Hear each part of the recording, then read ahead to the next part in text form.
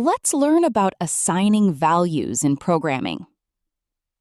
On the left side, we have the question, what does assigning a value mean? Assigning a value means storing data inside a variable. Think of a variable like a box. Here, the number 25 is placed into the variable called x. So when we write x equals 25, the value 25 is stored inside x. Now, let's look at the second question. What symbol is commonly used for assignment? The equals sign, written as equals, is commonly used for assignment in programming. For example, x equals 25 stores the number 25 in x. Y equals 10 stores the number 10 in y. And name equals Alice stores text inside the variable called name. Variables help programmers store and manage information easily inside a program. Assignment is one of the most important basics in programming. Now, let's learn about input in programming. First, what is input in programming? Input is data entered into a program by the user. For example, when a user types their name into a computer program, that information becomes input. In this example, the user enters the name Alice. The program receives this data so it can process it. Input can be data, instructions, numbers, text, or commands given by the user. Now let's look at output. What is output in programming? Output is the information displayed to the user by the program. After processing the input, the program produces a result. Here, the program displays the message, "Hello, Alice," to the user. Output works like this.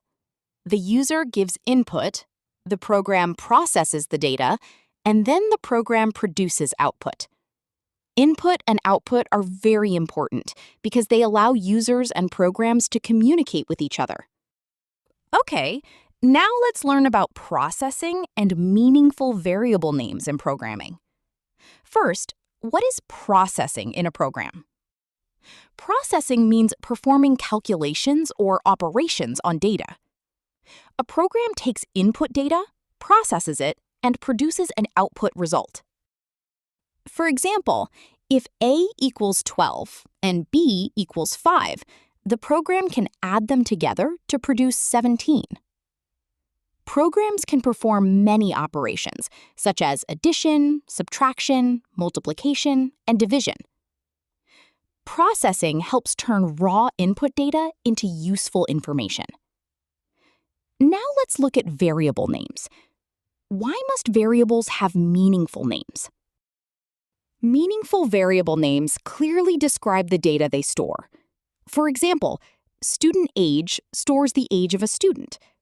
Total marks stores total marks. Product price stores the price of a product. These names help programmers quickly understand the purpose of each variable.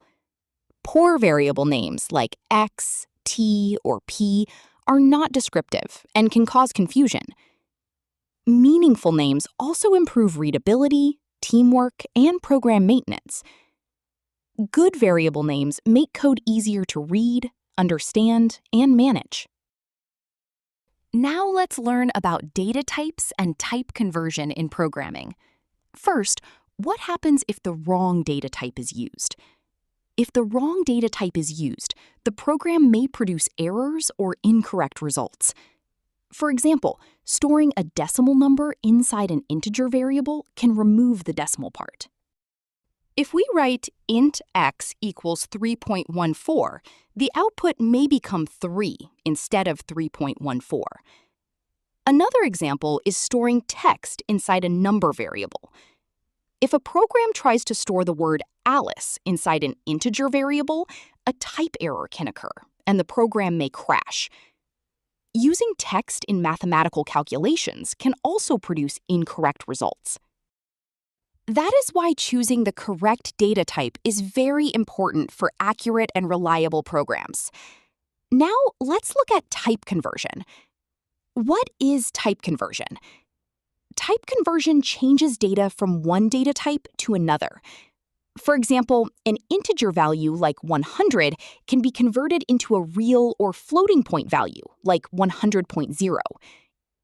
Programs often convert data types when calculations or operations require different formats.